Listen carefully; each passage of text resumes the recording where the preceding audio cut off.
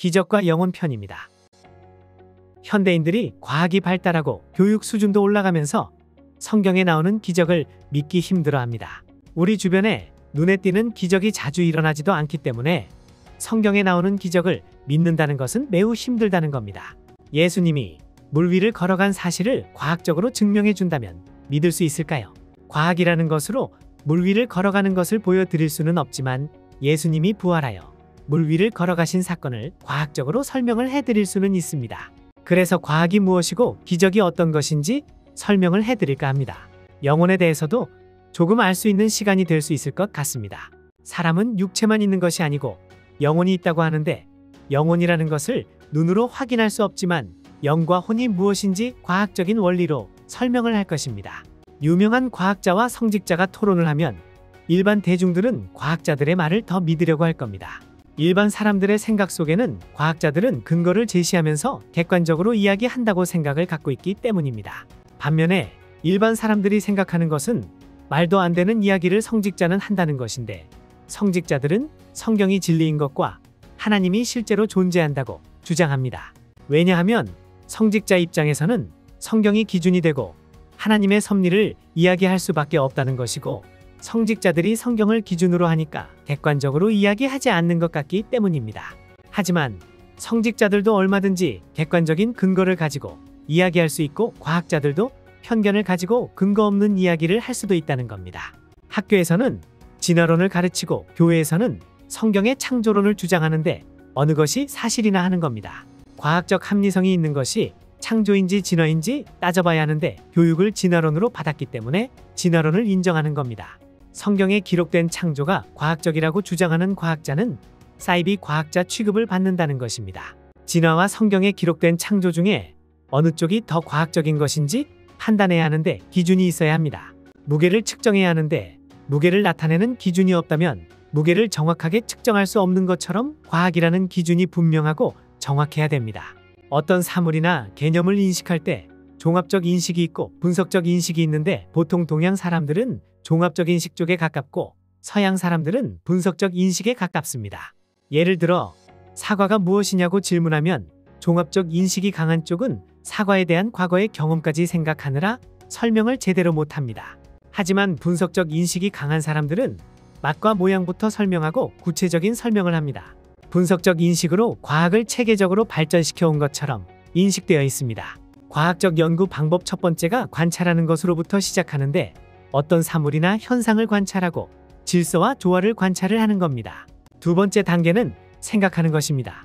만유인력 법칙은 다 아실 겁니다. 뉴턴이 사과나무에서 사과가 떨어지는 걸 보고 만유인력 법칙을 발견했다고 합니다. 과학적 연구 방법의 첫 번째 단계가 관찰이고 두 번째 단계가 생각하는 것이라고 하였습니다. 인과율이라는 것은 결과에는 반드시 원인이 있다는 것인데 원인과 결과를 밝혀내는 것이 과학이 하는 일입니다. 세 번째 단계, 표현을 잘해야 합니다. 과학자들이 발표한 내용을 분석해보면 법칙과 이론으로 구분됩니다. 법칙은 만유인력의 법칙, 중력의 법칙, 질량 보존의 법칙, 에너지 보존의 법칙, 유전의 법칙 등이 있습니다. 이론은 상대성 이론, 빅뱅 이론 같은 것들이 있습니다. 빅뱅 이론은 우주가 대폭발에 의해서 우주가 시작되었다는 설을 말하는데 증명이 안 되는 이론일 뿐입니다. 우리가 관심을 갖고 있는 진화론과 창조론도 이론일 뿐인데 사실 쪽에 가까운 것이 어느 것이나 하는 겁니다. 법칙과 이론을 구별하려면 기준이 있어야 하는데 이론적인 증명이 아니고 실험적인 증명이 되어야 한다는 것입니다. 증명이 되려면 관찰이 지속적으로 되어야 하고 결과가 예외가 없어야 한다는 겁니다. 만유인력의 법칙을 예로 들면 사과를 관찰하면 계속 아래로 떨어지지 하늘로 솟구쳐 올라가지 않는다는 것으로 예외가 없다는 것입니다. 빅뱅 이론을 말하는 사람이 있는데 그때 그 시절에 그 현장에 가봤느냐 하는 겁니다. 우주가 만들어질 때 실제로 보지 못하고 그럴 것이다라고 추측하는 것으로 관찰을 할 수 없다는 것인데 빅뱅 이론은 지금도 이론이지만 앞으로 수만 년이 지나가도 과학이 아무리 발달해도 이론입니다. 법칙과 이론을 구별한다는 것이 어렵습니다. 법칙과 이론을 구별 못할 때 결과는 엄청난 비극이 될 수 있다는 것입니다. 성경 본문은 변한 것이 없지만 해석은 시대와 사람에 따라 다를 수 있는데 성경 본문은 법칙과 같은 것이고 해석은 이론과 같은 것입니다. 성경을 해석하는 데 있어서 실수를 하는 이유는 성경 구절이 이해가 안 될 때 추측해서 해석을 해보니까 사람의 관점으로 볼 때 맞는 것 같다는 것입니다. 그런데 그러한 해석들을 성경을 기준으로 검증해보면 틀리더라는 것이고, 그러다 보니 성경을 무시하는 경우가 많다는 것입니다. 성경 본문은 변하지 않는데 해석은 변한다는 건데, 절대로 변형시키면 안 되는 것이 말씀입니다. 신학적 해석이 논리적이고 맞는 것 같더라도 성경 자체를 변질시키는 것은 절대로 안 되는 것입니다. 이론이 그럴듯하고 수많은 사람이 그 이론을 믿더라도 기존에 확인된 법칙에 어긋나면 그 이론은 과감하게 버리거나 처음부터 다시 확인하여야 합니다. 이론과 법칙을 응용하는 것이 네 번째 단계로, 일반 사람들은 이론과 법칙이 무엇인지 관심이 없습니다. 체계적인 연구 방법으로 첫 번째가 관찰이고 두 번째가 생각인데 인과율이 있어야 합니다. 세 번째 단계는 표현인데 제대로 표현을 하여야 합니다. 모든 것을 다 가능하게 해줄 것 같은 과학이 해결하지 못하는 엄연한 한계들이 있는데, 과학의 한계를 모를 때 사람들은 미신, 맹신, 불신들이 커지게 되는 것입니다.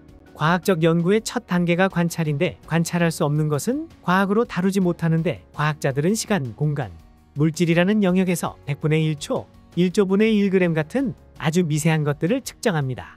그런데 과학자들이 측정하지 못하는 것이 마음 같은 비물리적 존재인데, 마음이 어느 정도인지 측정해 주지 못하지만 마음은 매우 중요한 영역이라는 것입니다. 키가 크고 덩치가 크면 마음이 넓다라고 할 수도 없고, 마음이라는 것이 몸 안에 있는 것 같기도 한데 측정할 수가 없다는 것입니다. 마음은 공간이라는 특정 위치에 있는 것이 아니며, 마음과 공간은 서로 다른 영역이라는 것을 알아야 한다는 것입니다. 사람들이 좋아하는 사람을 만났을 때 마음을 뺏겼다는 표현을 하는데, 마음을 물건처럼 주고 받을 수 있는 것은 아니라는 것입니다. 마음을 눈으로 볼 수도 없고 양으로 측정할 수 없지만 존재하지 않는다고 할 수는 없습니다. 이것이 바로 과학의 한계인 것입니다. 눈에 보이지 않는 비물리적 존재 영역은 과학자들이 정량적으로 측정하지 못한다는 것입니다. 하나님을 느낀 사람들이 하나님의 존재를 믿으라고 사람들에게 말하면 어떤 반응이 있습니까? 1차적인 반응이 보여야 믿지라고 말하는 것이 정상으로 보이지만 어리석은 생각입니다. 보이지 않아서 못 믿는다면 보이는 것만 존재한다고 인정한다는 것인데, 그 사람에게 마음이라는 것이 없지 않다는 것입니다. 사실 마음이라는 것은 정량적으로 측정하지 못하기 때문에 심리학이라는 영역에서 다루게 되는 것입니다. 정신이나 영혼은 비슷하지만 약간 다른 개념인데 체계적으로 이해를 할 필요가 있습니다.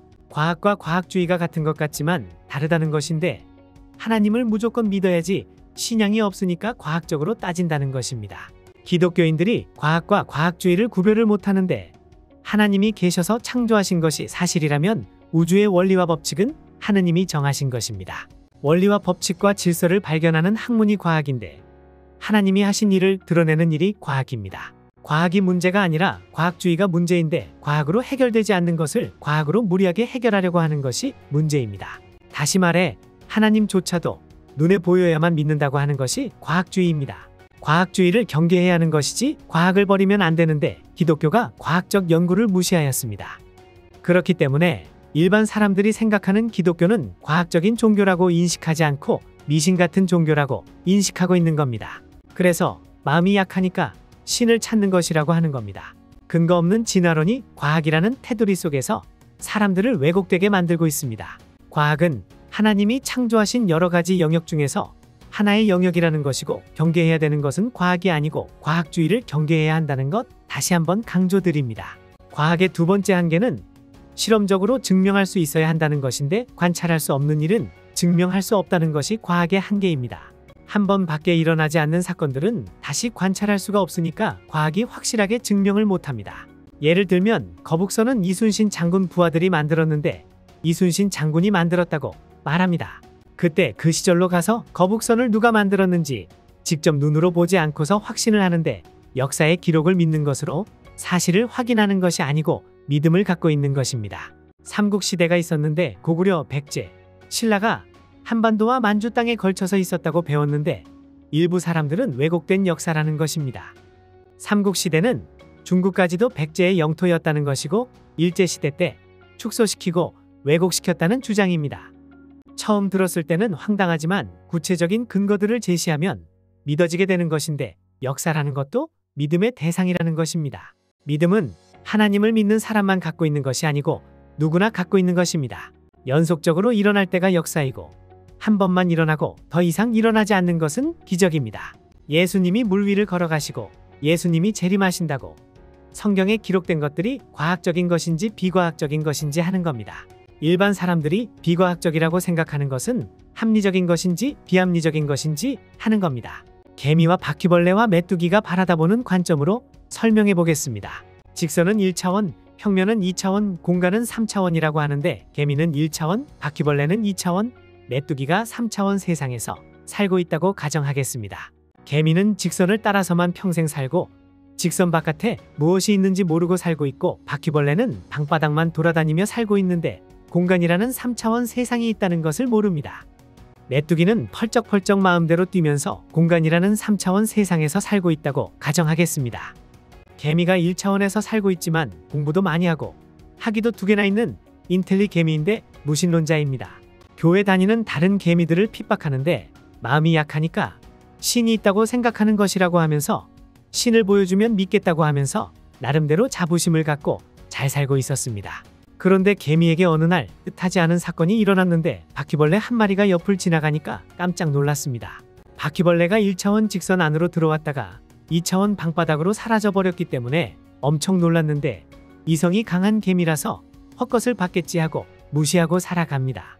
며칠 후에 다시 한번 바퀴벌레가 지나갔는데 이번엔 진짜 놀랐다는 겁니다. 한 번만 봤으면 잘못 본 것인데 2번이나 반복해서 봤으니까 지난번 본 것이 잘못 본 것이 아닌 겁니다. 개미가 상황을 생각해 봤더니 지금 기적을 본 것입니다. 왜냐하면 개미는 A 지점에 존재하다가 B 지점으로 이동하려면 중간을 지나가야 됩니다. 그런데 바퀴벌레가 A 지점에 나타났다가 중간에 전혀 관찰되지 않았는데 B 지점에 다시 나타났다는 것입니다. 개미는 절대 할 수 없고 바퀴벌레님이 하시는 거고 개미가 볼 때는 기적이 눈앞에 보인 겁니다. 기적을 2눈으로 똑똑히 봤다는 것인데 개미가 신을 만난 사건이라는 것입니다. 개미에게 2번째 바퀴벌레가 나타난 날 방탕했던 과거를 청산하고 신앙을 가진 개미가 되어서 간증을 다니기 시작하였습니다. 그분이 내 앞에 나타나서 기적을 보여주셨다고 해서 개미의 신앙이 점점 발전해서 재림신앙으로 발전한 겁니다. 그분이 언젠가 다시 오실 거다라는 것입니다. 그런데 바퀴벌레는 개미에게 신의 존재가 된지를 모르고 방바닥에 있는 빵부스러기 찾아서 돌아다니기만 하고 있었습니다. 바퀴벌레에게 개미가 겪은 일이 똑같이 벌어진 건데 메뚜기 한 마리가 잠시 내려앉더니 사라져버린 것입니다. 방바닥에서 껑충 뛰고 방바닥에 다시 내려오니까 오 주여 어디 갔다 오시나이까 하는 겁니다. 바퀴벌레가 메뚜기에게 제자로 삼아 주시옵소서 이러면서 지내다가 다시 메뚜기가 뛰면서 다시 오겠다 하는 겁니다. 바퀴벌레도 방탕했던 과거를 청산하고 신앙을 가진 바퀴벌레가 되었다는 이야기로 신앙이 점점 발전해서 재림신앙으로 발전한 겁니다. 메뚜기가 볼 때 개미가 바퀴벌레를 신으로 모시고 살고 있는 걸 보면 웃기게 보이는데 개미는 진지하다 못해 매우 엄숙합니다.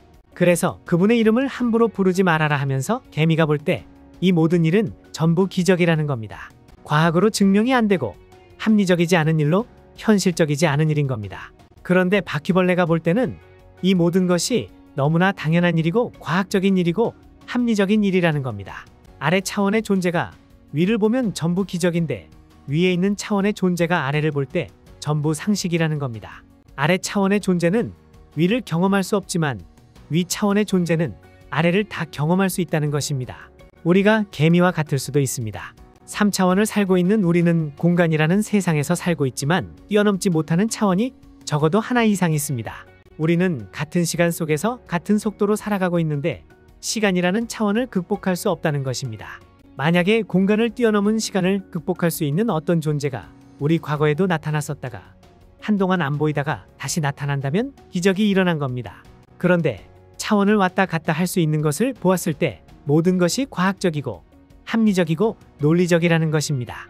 개미에게 바퀴벌레가 나타났다가 사라졌듯이 똑같은 상황이 성경에 기록되어 있습니다. 너희 조상 아브라함은 나의 때 볼 것을 즐거워하다가 보고 기뻐하였느니라. 유대인들이 가로되 내가 아직 50도 못 되었는데 아브라함을 보았느냐. 예수께서 가라사대 진실로 진실로 너희에게 이르노니 아브라함이 나기 전부터 내가 있느니라 하시니 저희가 돌을 들어 치려 하거늘 예수께서 숨어 성전에서 나가시니라. 예수님께서 이스라엘 사람들하고 대화하다가 돌 맞아 죽을 뻔한 일이 몇 번 있었는데 그 중에 한 장면이 기록된 요한복음 8장입니다. 지금부터 2000년 전에 예수님이 오셨고 예수님보다 2000년 전에 이스라엘 조상인 아브라함이 있었습니다. 예수님이 나타나더니 너희 조상 아브라함보다 내가 먼저 있었다고 하는 겁니다. 그러니까 유대인들이 예수님을 돌로 쳐 죽이려 하였던 사건인데 아브라함은 이스라엘 사람들에게 신 같은 존재인 겁니다. 새파랗게 젊은 예수가 나타나더니 내가 아브라함보다 먼저 있었다고 하는데 조상을 모욕한다고 화가 난 겁니다. 아담을 창조할 때 계셨던 하나님이고 우리의 죄를 사하여 주기 위하여 사람의 몸으로 오셨던 분이 예수님인데 그때는 사람들이 몰랐었기 때문입니다. 예수님이 틀리게 말씀하신 것이 아닌데 그 당시 사람들이 알아들을 수 없었다는 것입니다. 증명할 수 있는 것만 믿겠다고 고집 피우는 분들에게 증명할 순 없지만 이상의 영역이 있을 수 있다는 것을 논리적으로 설명할 수 있는 개미와 바퀴벌레와 메뚜기 이야기였습니다. 요한복음 2장에 예수님이 행하신 첫 번째 기적이 기록되어 있습니다. 예수께서 저희에게 이르시되 항아리에 물을 채우라 하신즉 아구까지 채우니 이제는 떠서 연회장에게 갖다 주라 하심에 갖다 주었더니 연회장은 물로 된 포도주를 맛보고 어디서 났는지 알지 못하되 물 떠온 하인들은 알더라. 예수께서 이 처음 표적을 갈릴리 가나에서 행하여 그 영광을 나타내심에 제자들이 그를 믿으니라. 결혼식 잔치에서 포도주가 떨어지니까 물로 포도주를 만들어 주신 사건인데 물로 포도주를 만들었다는 것을 믿을 수 없을 겁니다. 갈릴리 가나에 예수님의 기적을 기념해서 세운 교회라고 하는데 성경에 기록되어 있는 역사적인 사실이라는 겁니다. 화학적으로 분석하면 물의 분자 구조가 알코올 분자 구조로 변한 것인데 화학 반응의 기본 법칙에 맞지 않는 겁니다.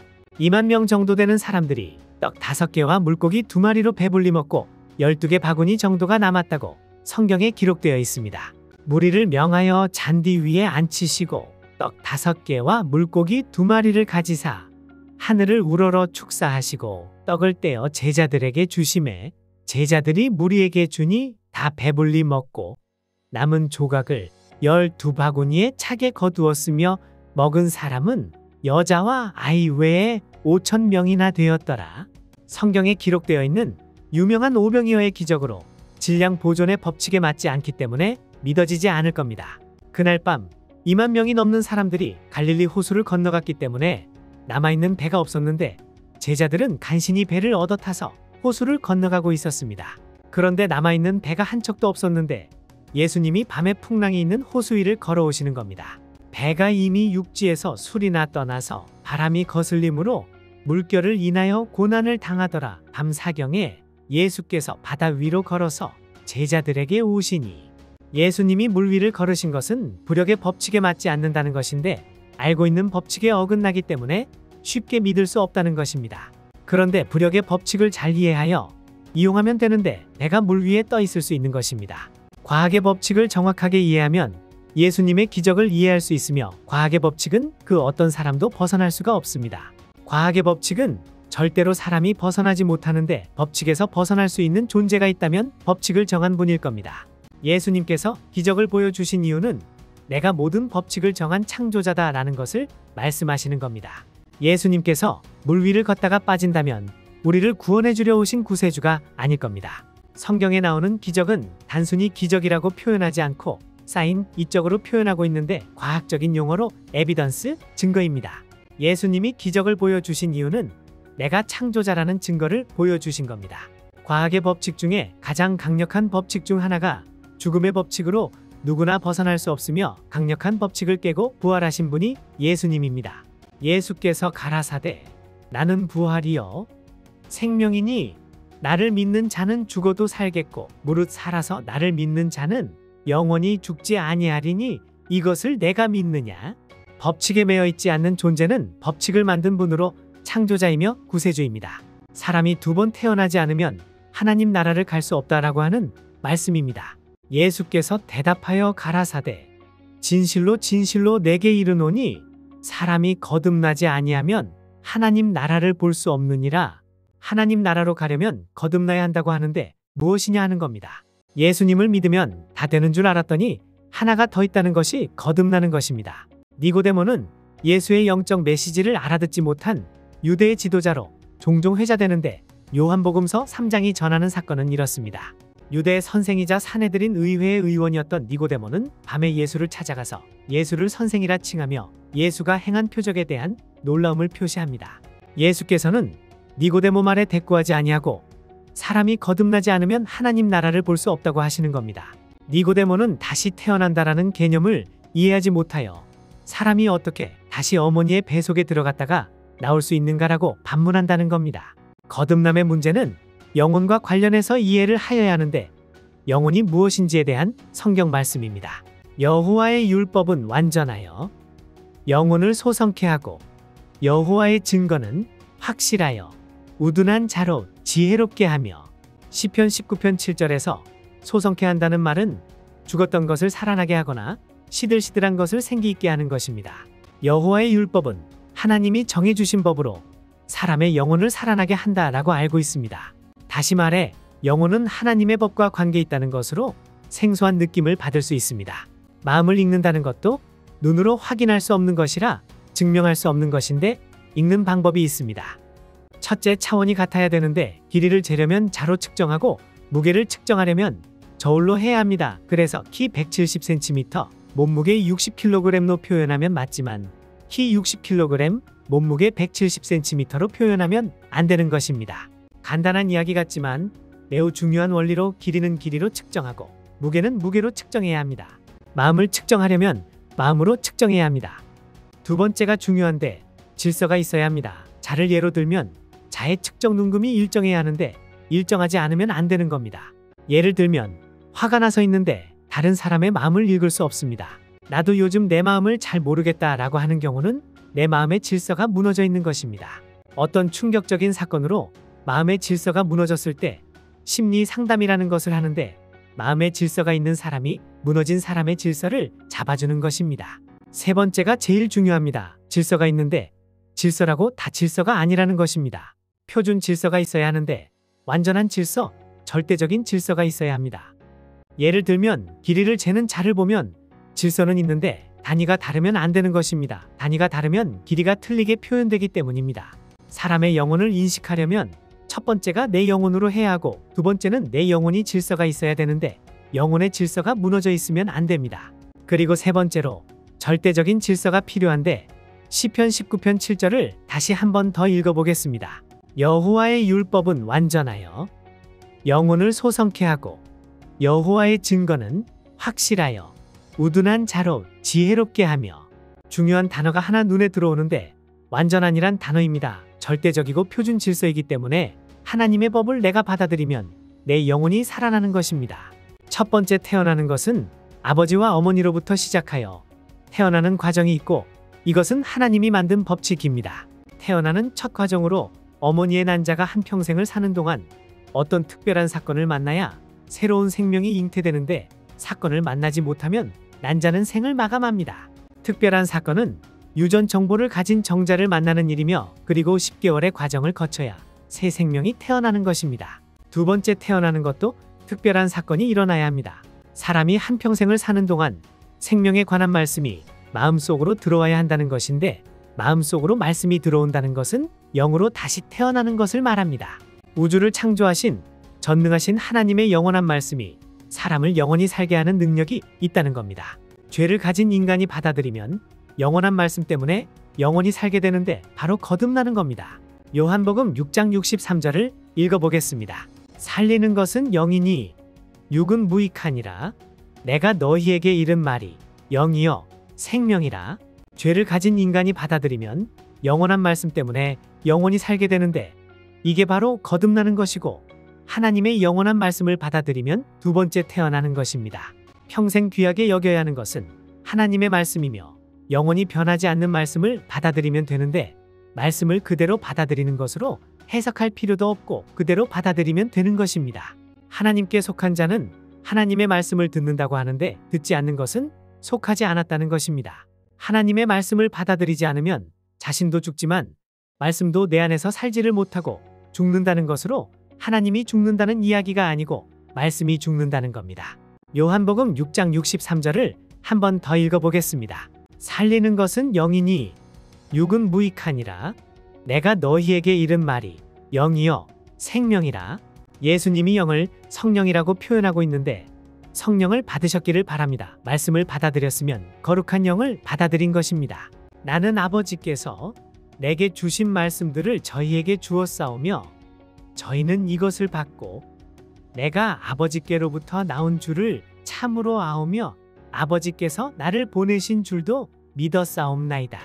나를 저버리고 내 말을 받지 아니하는 자를 심판할 이가 있으니 곧 나의 한 그 말이 마지막 날에 저를 심판하리라. 복 있는 사람은 악인의 꾀를 쫓지 아니하며 죄인의 길에 서지 아니하며 오만한 자의 자리에 앉지 아니하고 오직 여호와의 율법을 즐거워하여 그 율법을 주야로 묵상하는 자로다. 진실로 진실로 너희에게 이르노니 사람이 내 말을 지키면 죽음을 영원히 보지 아니하리라. 예수님의 말씀을 지키면 이것이 진리의 말씀이고 말씀을 지키면 영원히 산다는 겁니다. 하나님, 저희들에게 생을 주셔서 육체가 생명을 가지고 살고 있지만 하나님께서 저희들에게 영원한 생명을 약속하셨습니다. 영원히 살게 되는 것은 그 누구의 말도 아니고 하나님의 말씀 때문에 저희들이 영원히 살게 될 줄 믿습니다. 거룩한 말씀을 받아들일 때 저희들이 다시 태어나는 것을 깨닫게 하시니 감사드립니다. 부지런히 하나님의 말씀을 사모하며 살게 하여 주시옵소서. 이 시간 함께 하신 것 감사드리오며 예수님의 이름으로 기도드렸습니다. 아멘. 이 영상은 한국창조과학회의 자료를 재구성하여 만들었으며 영상이 좋았다면 좋아요 눌러주시고 구독도 해주시면 영상을 만드는데 힘이 됩니다. 슬라이드 자료 필요하면 댓글 남겨주십시오. 감사합니다.